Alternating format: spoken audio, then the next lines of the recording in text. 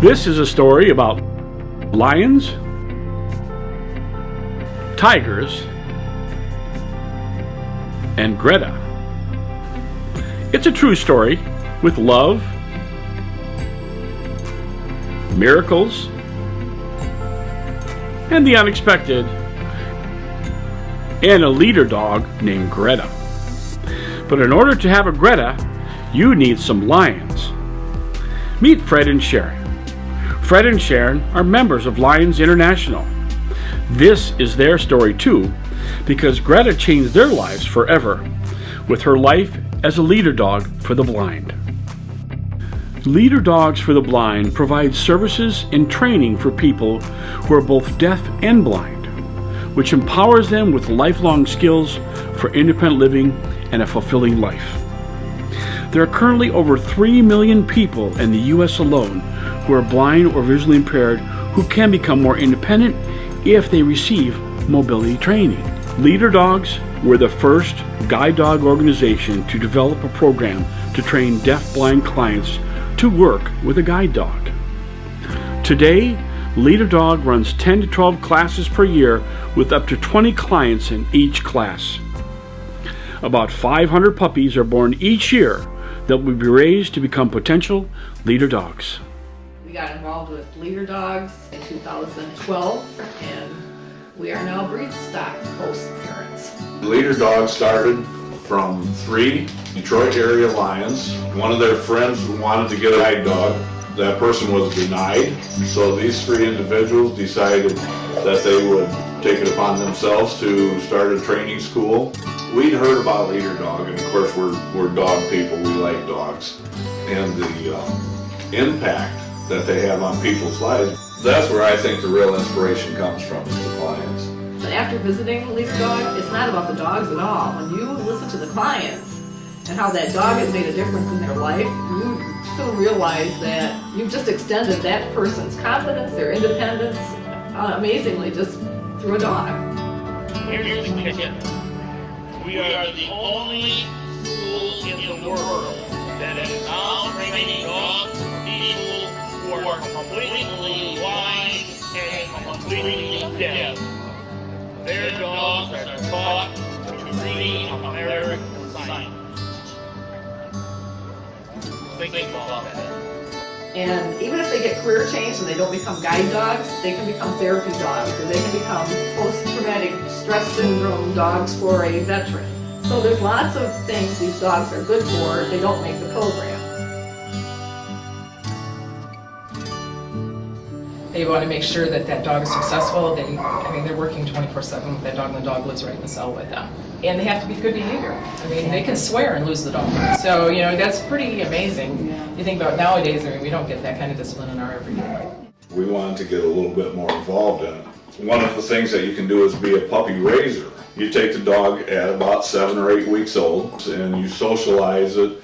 You are certain things that you have to do, train the dog. Leader Dog has a list of criteria that you have to follow. After the dog's 12 or 13 months old, you have to give the dog back to continue its training with professionals.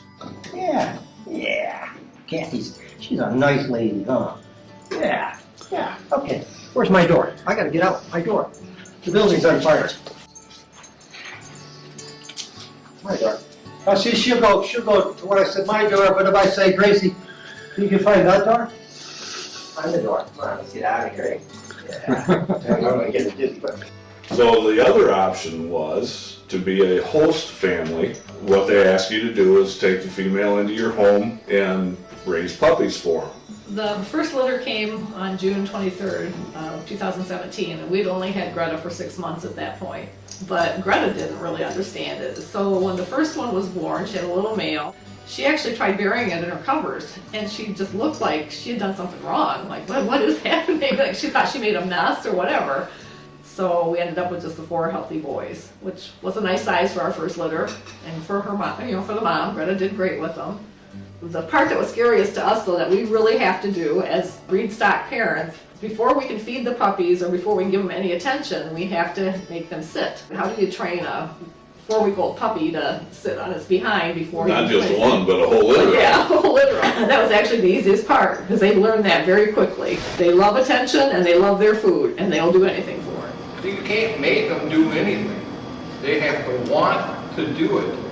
If I tell him to do something that is wrong, and I give him a direct command, he will not do it. You may.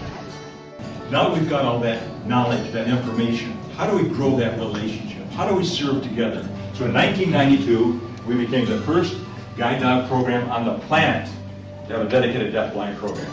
We're going to ask you to put a blindfold on and walk behind a leader dog today. And along that way, we'll be guiding and giving the dog cues, so you won't have to worry about being safe.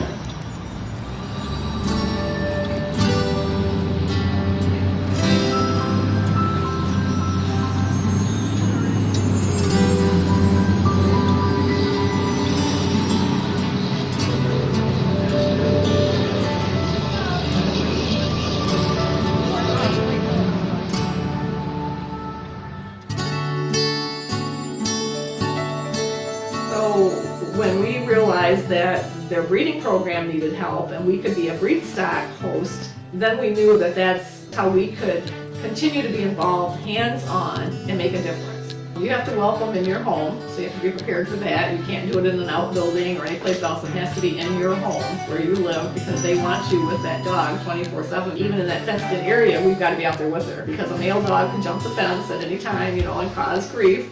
And we have to get the whelping box ready. We need to get that done. Just remembering how much fun it was with all those puppies last time, it's worth it. We'll do our best.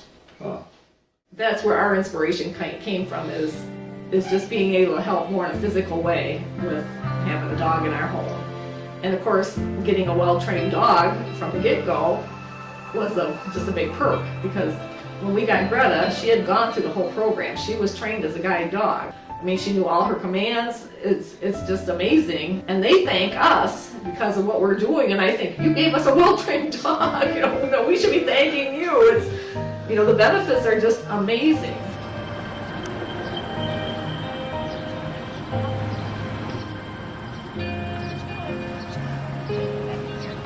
I think as you grow older and you become more financially stable or whatever, like, you can write checks all you want, but physically being involved and helping, there's such a payback. It's just unbelievable how that changes your own life to get out there and help other people.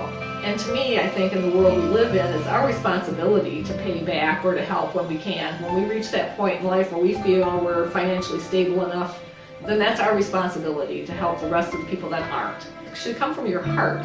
That's our world, and we all should care about our world. So to me, when you're able to give back, that's what you should do in any way you can. Not everybody can do what we're doing with the dog, but there's lots of ways to get involved and to help.